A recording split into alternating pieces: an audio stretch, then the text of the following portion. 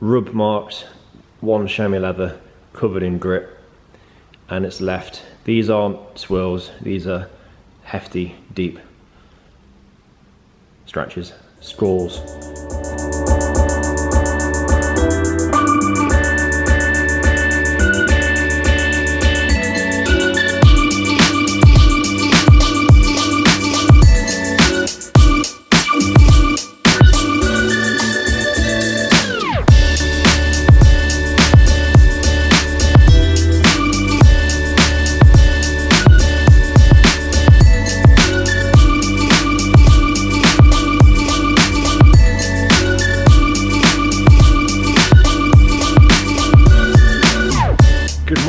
Jim, WhiteDetails, Monday, and we have a DB11 Aston Martin in midnight blue. Change of plan. Unfortunately, the vehicle is done 919 miles. It was booked for sort of a new car prep, do what you can within the 3 days. However, unfortunately, the vehicle, in the short time it's been with the customer, it's picked up and induced lots of damage. So we'll look over the paintwork later, but there's been lots of areas. The car is covered in an indoors in a warehouse, but before the cover goes on, a dry chamois is pushed over the vehicle whilst the vehicle is dirty to get some of the moisture. It's so easy for these marks to be induced, and that's one of the reasons why it's as bad as it is. In the 3 days, I'm limited now what I can achieve, so the vehicle has been dropped off for a day and a half. Just an exterior cleanse and protect, put some protection on, and it's been booked in the diary at my earliest availability for a full correction to restore the paint. A 4 or 5 day booking now, and it's likely to be the second week in August. So rather than just, if it's going to be done, it wants to be done properly, and there's so many scratches and so many marks and abrasions on the paint now that need extra work. So start with a full safe wash and decontamination, get it inside. We'll glaze the paint to sort of temporarily improve and mask the finish, put some protection down, and it'll come back in a few months' time for the full-on restoration.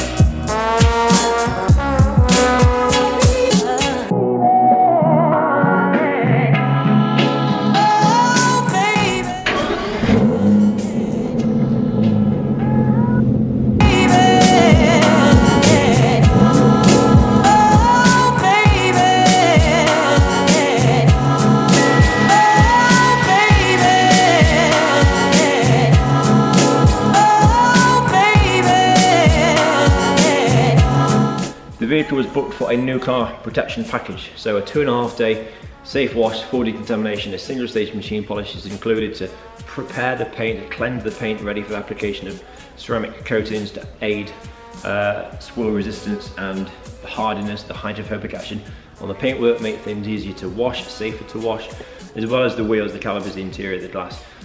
However, the vehicle has covered 900 miles, which isn't a problem. We could have performed the new car prep with that mileage. That happens quite often. It's just that, unfortunately, the car where it lives, it's in a warehouse and it's covered under a car cover. It's a proper fitted, quilted Aston Martin cover. I wouldn't recommend the use of a cover at the best of times. However, I appreciate that they are there for a reason, to help stop stuff settle on them, to protect from abrasions down the side of the vehicle if it's a busy storage unit on that. But you have to really ensure the cover is immaculate and the vehicle is immaculate before it's put on. It's not a case of putting it on, dragging it over the corner and doing it by yourself. If you are using a cover, a person on each side of the vehicle, raising it over it, lowering it down without the rubbing and the tugging motion of the material. Anyway, wouldn't recommend the use of a cover if at all possible. Before the cover's been used on the Aston, the owner has been aware or mindful of that he didn't want it to be wet under the cover after use. It wasn't fully washed, it wasn't washed with the safe practice, the 2-bucket wash, the pressure washer. The car was dirty, a chamois was used, and it was sort of rubbed down to remove dirt, to remove moisture and water. Some of the Aston Martin finishes from experience are soft. They're a soft lacquer. I'm guessing this one is no exception, judging by the condition of the paintwork. It perhaps looks great from here, from a distance. So the soft paintwork, you really do have to think about using the correct methods, the correct chemicals and approach to washing the vehicle. As we look over the near side of the roof, you will see straight away this is pretty much the case over the entire vehicle, which is pretty sad to see. So rub marks, one chamois leather covered in grit, and it's left. These aren't swirls, these are hefty, deep scratches that have been induced from the bad contact. As we look over the boot lid, this was the first area on the car I spotted. The vehicle arrived very dirty. There were all sorts of rub marks and clean spots where it had been wiped, which is how the damage has been induced. But again, the same as the roof, scratches, not just sort of abrasions. There's a rub mark in the center here which has been rubbed at. Something's been chafing over the paintwork there. If you're a regular to the channel, you'll have heard me talk about the gloss black beepers on some cars in the past over the sides of the door. The Aston Martin's paintwork is midnight blue, but the roofline is gloss black, and it's delicate at the best of times. So we look over the roofline, the gloss black section. Now this motion of scratches here, this movement of scratches, this will be induced, I think, from the cover perhaps, and then same old story on the roof. All the scratches robbing the clarity, the gloss, and just not what you want on a £200,000 brand new Aston Martin DB11. Looking over the boot lid, we have the swirls, the abrasions.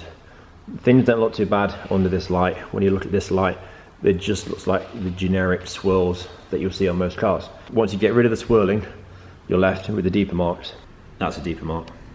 The movements and the abrasions we are seeing now at the bottom of the boot lid, these are finger swipe scratches from the boot lid being closed with the use of the paintwork.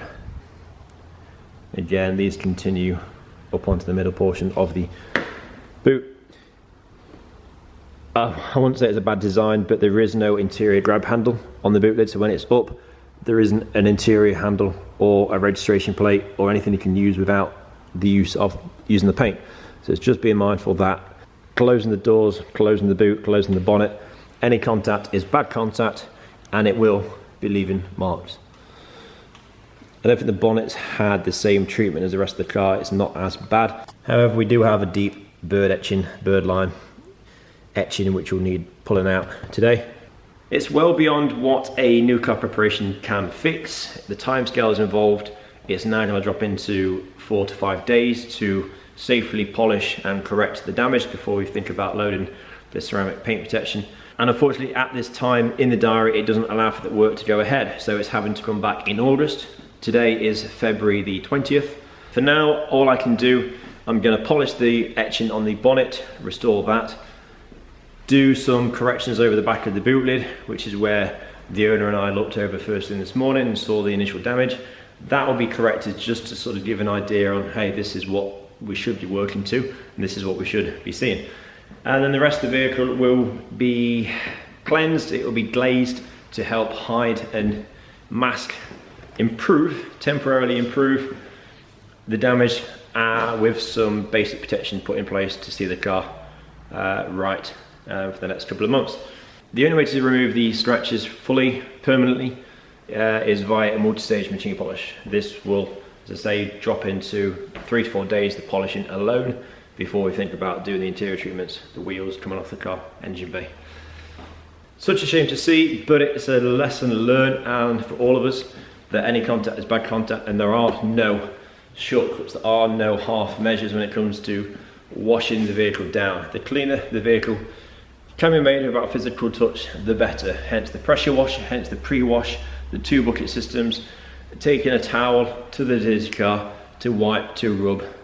It's going to induce marks. I wouldn't wash this car or an equivalent car without the use of a pressure washer. Sometimes people are put off using a pressure washer, but personally I wouldn't do so without one. The idea being the force, the blast element of the pressure washer. It doesn't need to be anything industrial. Mine, a Kranzel K7, it's at 130 bar, but that motion of water, it's enough to remove the damaged material away from the bodywork and leave it on the floor. So you're rinsing the vehicle down thoroughly, you're pre-rinsing the vehicle, snow foaming the car to help emulsify and soften even more dirt, you're rinsing it again. Only at that point you make physical contact with the paint. With the likes of a Merino wash mitt or Lambswool wash mitt, it's the deeper pile here. If it does pick up any foreign airborne particles that landed on the car, or if it picked up anything off the car that shouldn't be there, it's absorbed away from the surface. A chamois leather, which is what has been used on the Aston, it's just going to be trapping the grit and leaving it there for the ride. So it's no wonder the paint's as bad as it is. So pre-rinse the vehicle as thoroughly as possible.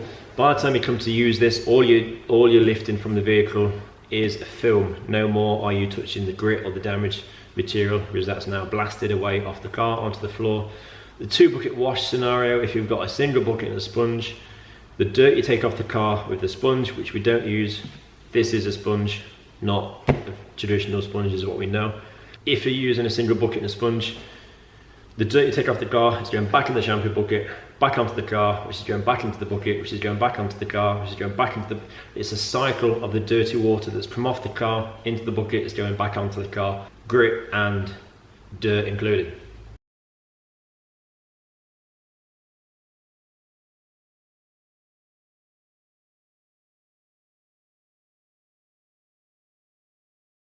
Very much something to be mindful of, and I need to do what I can in the time I have the vehicle now to improve things before I see it again in August.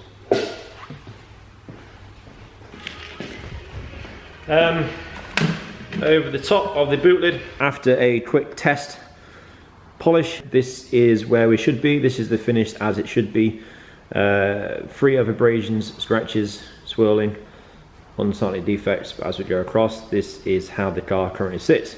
So this is a 50-50, this is before, this is after. A single stage polish, which is included in the new car preparation, wouldn't be able to dig this out. It wouldn't be able to perform this finish.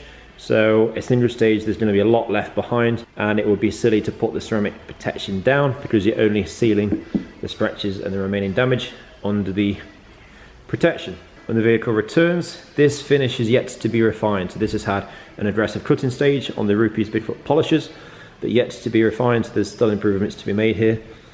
But as it goes, I'm pleased with the level of cut. The paint's not responding perhaps as bad as I maybe thought it might do. So it's promising for not an easy turnaround, but the results are there. It's just a case of taking your time and methodically working around every single inch.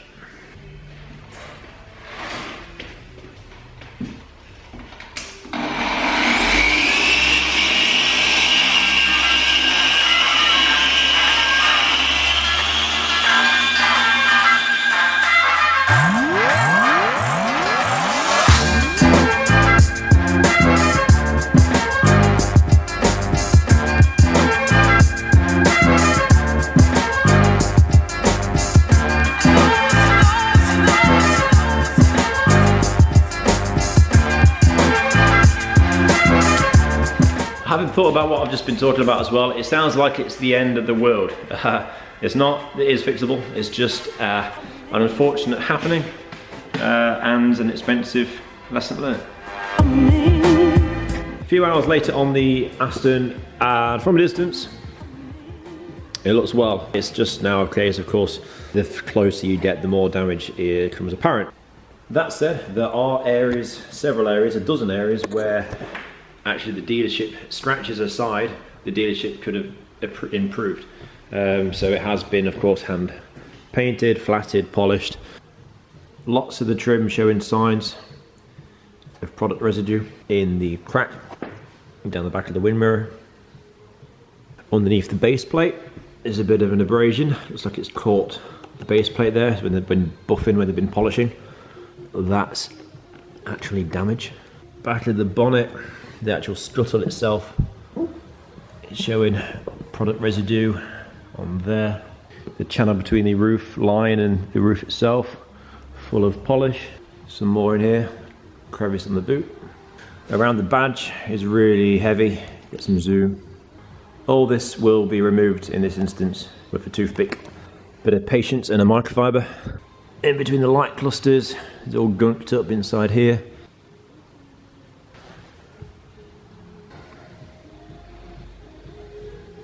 On the rubber, in between the near side wing and the door. And last but not least, spotted over the top of the camera on the front, overlapped polish residue down there. Also, in terms of buffer trails, it's not looking too bad. Focus, the only area I've seen so far, the flat black, solid black lip spoiler. Swirls and scratches induced from polishing techniques. But tweezers are required to pull that out.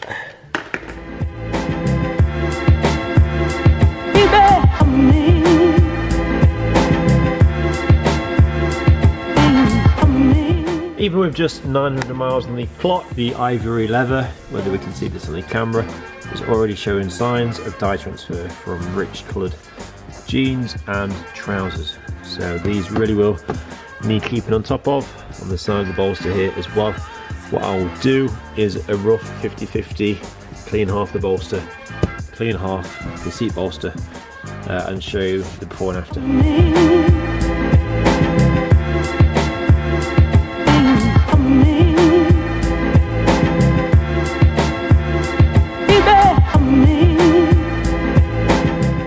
Alright, so after a quick wipe over, hopefully you can see this side is the darker blue navy dye transfer, and then where I've cleaned, a nice bright ivory.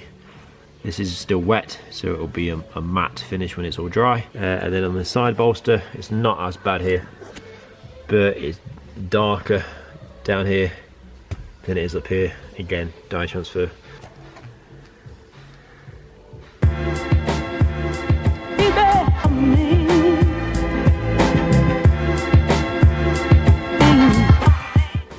Lots more polish residue overlapped on the rubbers on the edge of the door, underneath the bonnet. Not pretty. 15 seconds later,